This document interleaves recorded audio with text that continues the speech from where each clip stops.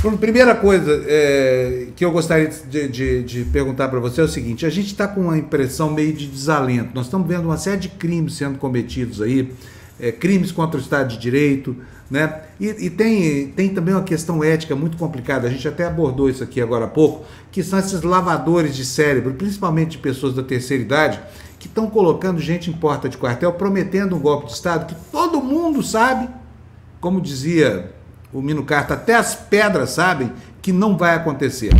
E aí a gente fica com a sensação de que nada está sendo feito, primeiro, pela tolerância das autoridades da segurança pública, porque permitem o trancamento de rua, porque as próprias Forças Armadas toleram e estimulam esse tipo de coisa.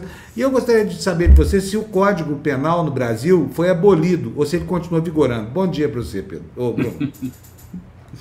Manoso, infelizmente, o Código Penal do Brasil ainda não foi abolido, né? Para os abolicionistas. Bom dia, Panuso, bom dia a todos que estão nos assistindo. Bom dia, Bruna, que sempre é muito gentil aqui em me convidar aqui para o programa também. Panuso, eu tenho uma visão um pouco restritiva sobre a aplicação do direito penal. Na verdade, bastante restritiva, não é pouco.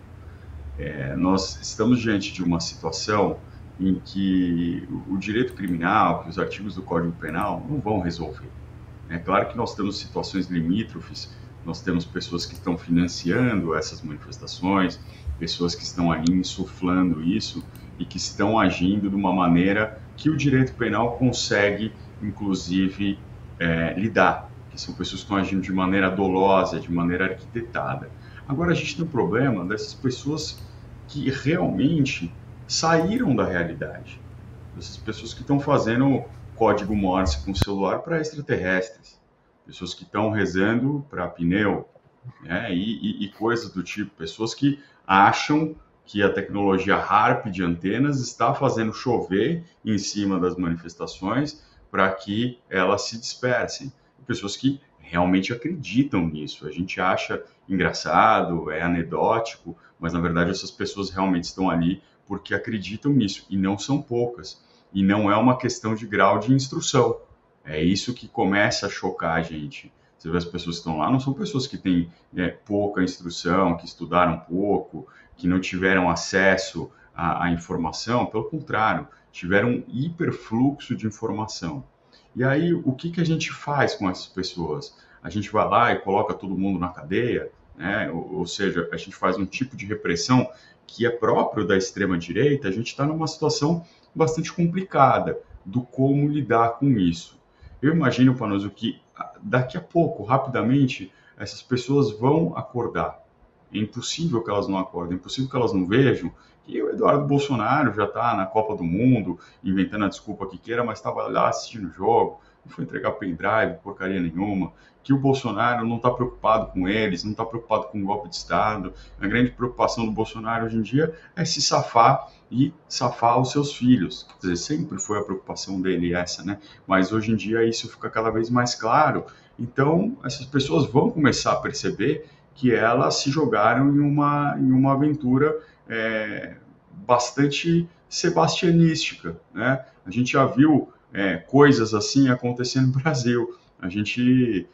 Se a gente lembrar um pouquinho do que aconteceu na Guerra do Contestado, que foi uma guerra enorme, maior do que Canudos, inclusive, os líderes dessa manifestação, tá? Eles não têm nada a ver com o Bolsonaro, não estão se comparando com o Bolsonaro, mas sim os seus seguidores. Os seus seguidores continuavam ali na região do Contestado depois que a guerra tinha acabado, inclusive, né? Depois de já ter sido bombardeado. Foi a primeira vez que se utilizou aviões para esse tipo de ação aqui no Brasil. E parece que é isso que vai acontecer. Parece que é isso que rapidamente vai acontecer em pouco tempo. São manifestações cada vez menores, cada vez mais fanatizadas. Uma coisa que eu tenho certeza o direito penal, a aplicação da lei penal, não vai conseguir lidar com essas pessoas que estão ali na porta do quartel. É claro que a gente tem que dividir as coisas também. Bloquear a estrada é outra coisa. Quando a gente está falando de bloqueio de vias públicas, quando a gente está falando de financiamento de bloqueio de vias públicas que pode colocar em risco a ordem pública, em risco o abastecimento, em risco a saúde, a segurança, aí a gente está falando de uma coisa diferente, e eu acho que nesse caso a gente viu sim uma atuação das autoridades, uma repressão, principalmente por conta do Supremo Tribunal Federal. Agora, é verdade que as nossas forças de segurança pública, em alguma parte, também foram cooptadas pelo bolsonarismo. A Polícia Rodoviária Federal é um grande exemplo disso, é o maior exemplo disso, na verdade, e agora a gente precisa refazer essa estrutura institucional que foi aparelhada pelo bolsonarismo. A gente tem esse problema também. Então, eu acho que é importante a gente olhar as coisas com o seu próprio, com a sua própria lente, né? Cada coisa com a sua própria lente, para a gente evitar também de cair nessa armadilha da extrema-direita, que é a armadilha do punitivismo. Porque foi o punitivismo que trouxe a gente até aqui, Panuzzi. Isso é algo que a gente, que estuda o direito criminal, que estuda a criminologia, a gente vem falando isso lá de trás, lá do governo PT, olha, isso não vai dar certo, isso que vocês estão fazendo não vai dar certo, esse tipo de repressão um dia se vira contra a própria democracia. Isso começa a corroer o tecido democrático, né? Isso pode ser utilizado, isso pode ser aparelhado. Bom, maior evidência disso foi a Operação Lava Jato, mas a Operação Lava Jato é uma pontinha do iceberg do que acontece no Brasil, né? Em questão de seletividade, de escolha de quem você vai perseguir e quem você não vai, né? E esse é um grande problema. A gente precisa dar esse dado como certo. Olha, a seletividade é própria do direito penal e do sistema de justiça criminal. A gente precisa dar isso como certo. Ah, não, a gente vai parar de ser seletivo. Não vai. Não existe sistema criminal, não existe modelo criminal, para usar uma expressão de uma grande obra do professor Maurício Zanoide, que não seja seletivo.